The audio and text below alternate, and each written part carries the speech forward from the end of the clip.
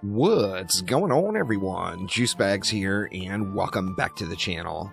I am here on my alt account that we are currently doing our playthrough on, and I wanted to do a little bit of a Traps 101 video. With the free weekend and the game on sale, there's lots of new players coming to Dungeon Defenders Awakened, and a lot of people wanting to use traps because they're just awesome. However, there seems to be a good bit of confusion on exactly how the stats work for them, and then just some most effective uses for traps. Now, if some of this information is just kind of a no-brainer for you, there will be timestamps down in the description below, so you can skip through to any part of the video that you feel like might help you out with managing your trap usage. Now, first things first, we want to talk about stats. Now, some of the stats are kind of an obvious when it comes to traps.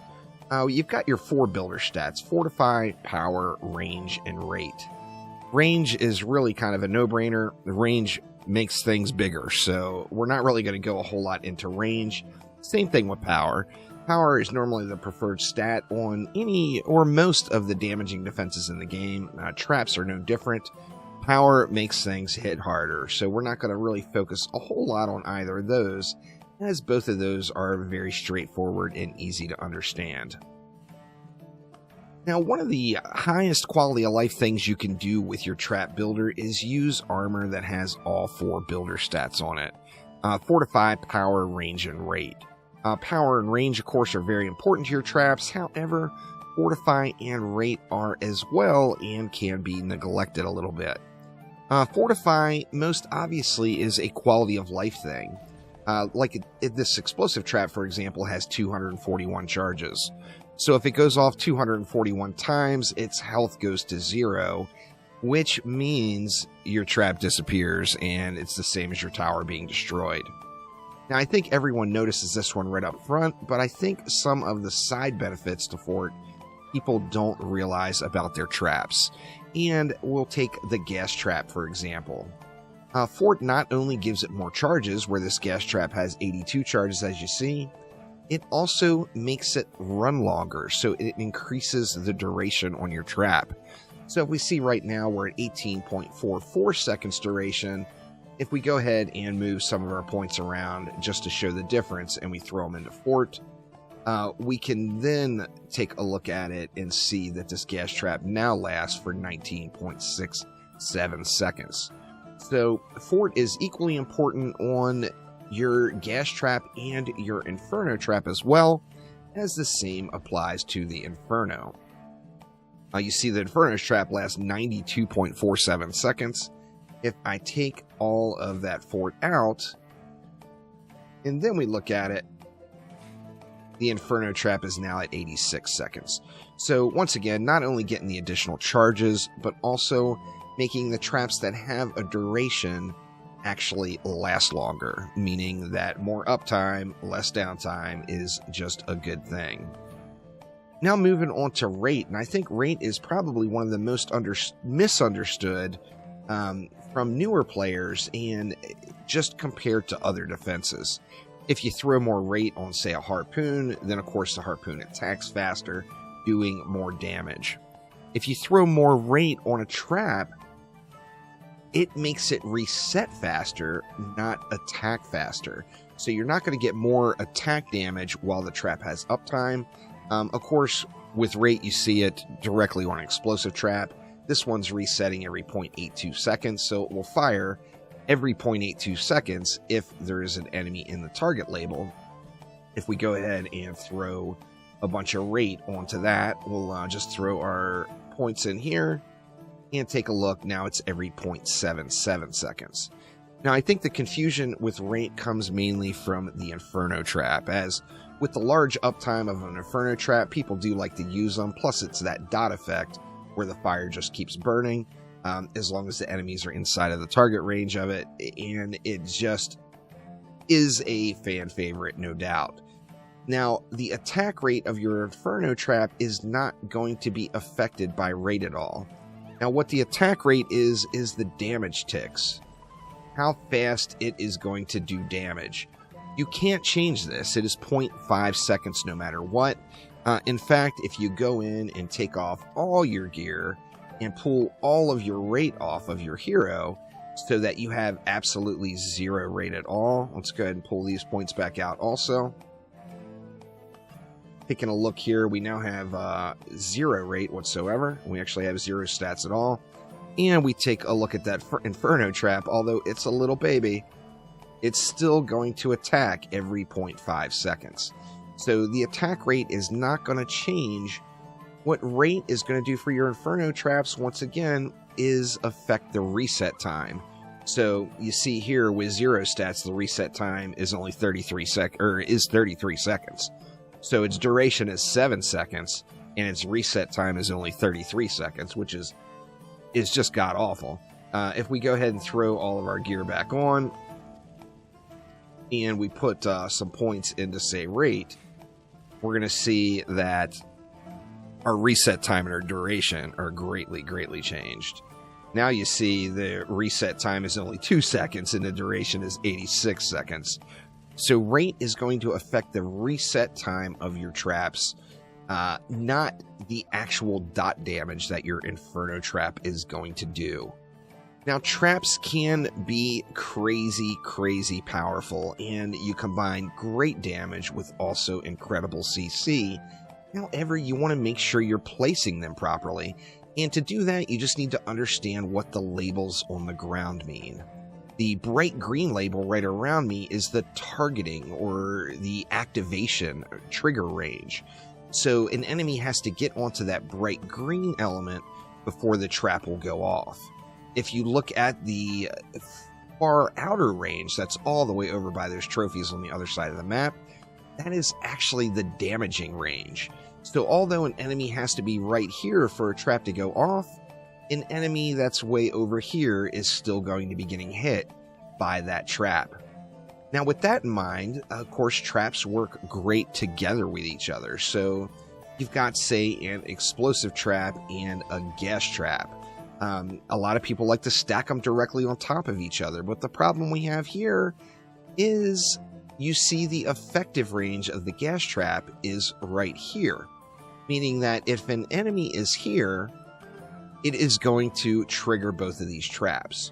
So the explosive trap will kill the enemy, and then everything else will be crowd controlled or stunned. That means there's going to be a huge wall of enemies that are out here being crowd controlled, and they're not being damaged by anything.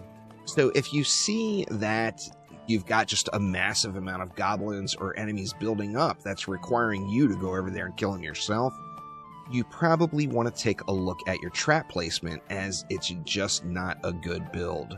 So you want enemies to get stunned inside of the trigger range of your damaging defenses. So the trigger range on the explosive trap, of course, is this red and orange area. We want the effective range of the gas trap to be inside of that. Meaning if I place the gas trap farther behind and the enemies were coming down the lane, if an enemy makes it into gas trap range, it's going to stun all the enemies that are out here. However, the enemies out here are still going to be inside of the trigger range of the explosive trap, meaning that they are going to take damage while they are stunned. I also see people doing something like this, which is just wildly ineffective, because then you're stunning the enemies completely outside the range, and they have no chance of going in and triggering your explosive trap. So by placing your defenses down properly, you will get better results. Now, additionally, traps can be a real pain in the butt to upgrade. There are situations where you're going to have traps stacked on top of each other. Say you're at a choke point or a spawn point where you're able to spawn kill the enemies, and say you wanted an explosive trap, a gas trap, and an inferno trap all on top of each other. Well, these, of course, can be quite the pain to get to the right trap to get them upgraded.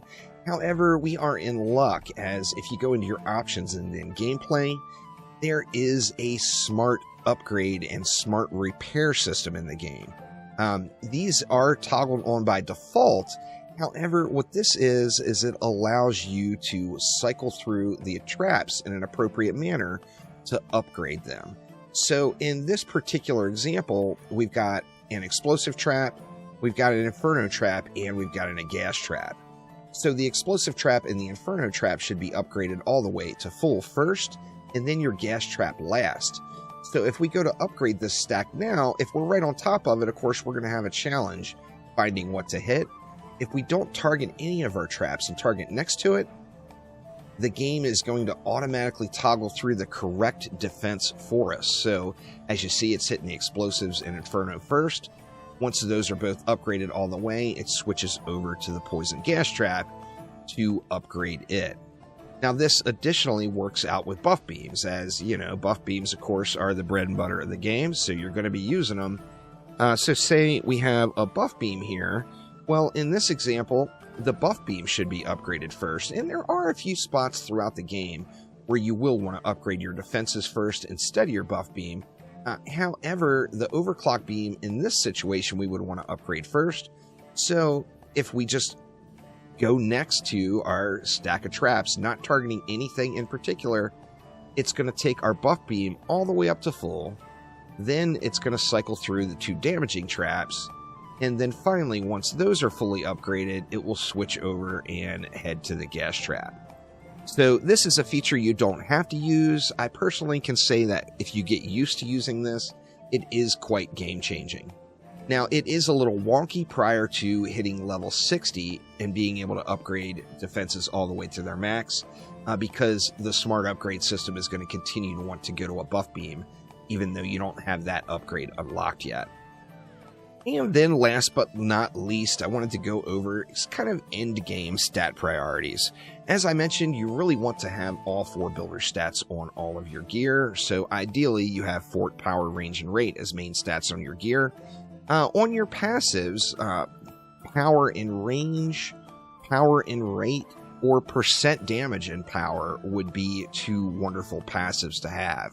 As you see, this is an alt account, so I don't have ideal gear on it. However, you would want to shoot for all 4 builder stats plus your 2 passives. Now, there's one exception to that rule, and that would be if you're only using gas traps. If you're not using gas traps, then you're not going to be as concerned with power.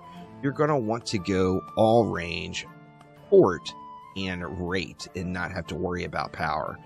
However, if you're using any of the damaging abilities, you would want all 4 builder stats on your pieces with either percent damage, power, range, or rate as the passives on those. And then as you go through, you're only going to want to upgrade power on your gear if you're using these as damaging defenses. Now, in addition to that, you would only want to upgrade power on your allocated stat points as well. You can argue that more range, of course, is more better. However, range gets hit really hard with diminishing returns. You do want to prioritize range. Like on my main account, my priorities for my passives are power and range, or percent damage and range for the passives, and then I have power, range, and rate on all of my gear. On my main account, power is still my #1 stat. However, range is my second highest, so range is something you want to prioritize. However, make sure you have enough fort and enough rate in the mix where you're getting the quality of life of the longer lasting traps and more trap charges and the faster reset time. So if you have any questions about traps and how to use them, make sure to let me know down in the comments below. Traps are quite powerful, particularly with runes. One rune that is an absolute standout for traps is Shell Shocked. It basically turns your explosive trap into a one-stop shop. It's going to slow enemies. It's also going to make it so enemies deal reduced damage. So it's just ideal to throw in near like a wall. If you had a blockade there and then you threw an explosive trap here, well, you're going to be slowing enemies that come to the wall. Additionally, the enemies are going to be doing less damage as they're hitting the wall. So that's a rune to keep an eye out for, no doubt. It is an absolute, just wonderful rune. This one is going to drop in Act 3. Its favored map is the Ramparts map. However, remember, the favored map is only referring to the victory chest. That will do it for now. Thank you all so much for watching, and I will see you next time around. Take it easy.